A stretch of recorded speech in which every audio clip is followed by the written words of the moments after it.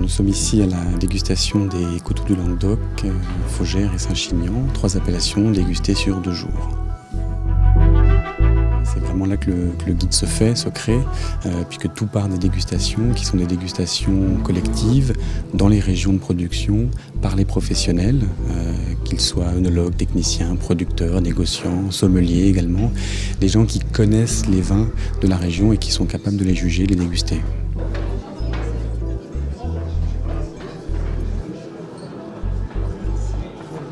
La première chose, le premier contact qu'on a avec le vin, c'est la vue, c'est la vision, c'est la couleur du vin dans le verre, c'est comment il se présente.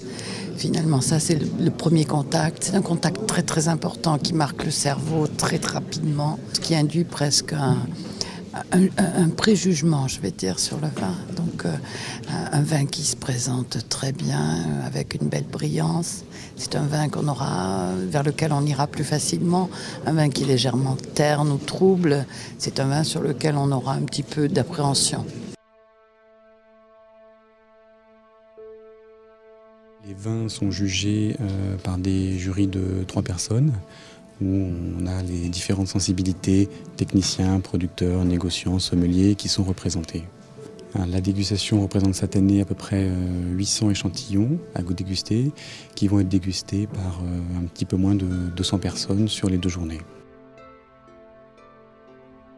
Donc on approche le verre tout doucement du nez. Je crois que la première étape, souvent les gens malheureusement agitent le verre immédiatement, on le voit souvent et c'est un tort. Il faut surtout ne pas agiter et approcher le verre du nez pour commencer à sentir les premières effluves, les arômes les plus légers, ceux qui sont dans l'espace de tête, quoi. D'accord.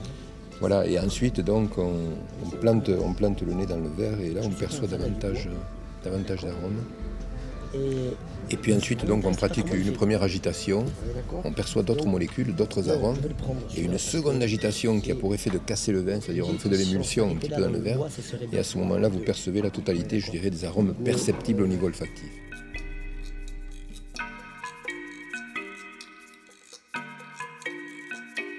Le guide s'appuie, outre sur un panel de près d'1 millier de dégustateurs, sur aussi une cinquantaine de rédacteurs qui ont comme travail de synthétiser les commentaires de dégustation que les dégustateurs remplissent pendant la commission. C'est des sensibilités différentes qui permettent au final de recomposer une image assez juste du vin qui a été dégusté. Une fois que le nez est décrit, on va passer à la dégustation à proprement parler en bouche.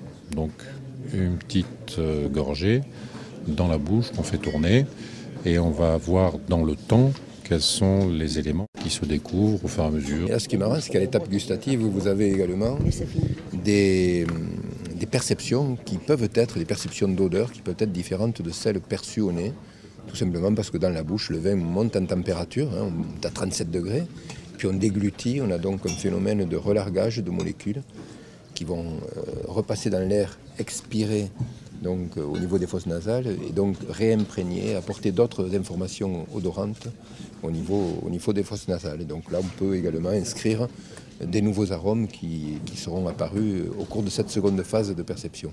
Et à partir de tous ces éléments, faire une description du vin aussi précise que possible pour que les gens qui vont lire cette fiche après puissent l'interpréter et en faire une description qui soit aussi jolie que possible.